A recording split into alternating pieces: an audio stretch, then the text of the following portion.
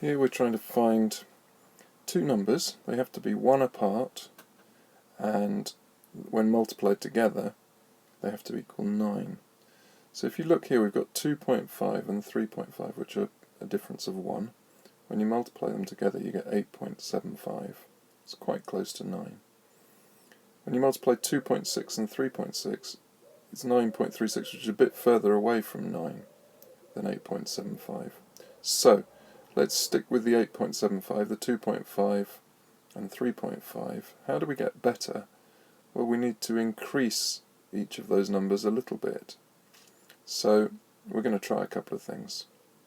So let's try 2.55 times 3.55. They're still one apart, we've just gone to another decimal place, to the hundredths. And there's the answer, that's 9.05. It's much better, much closer. You could get even closer if you went to 3 decimal places, like 2.552 or 2.553. So, one of Chen's estimates would be 2.55 and 3.55.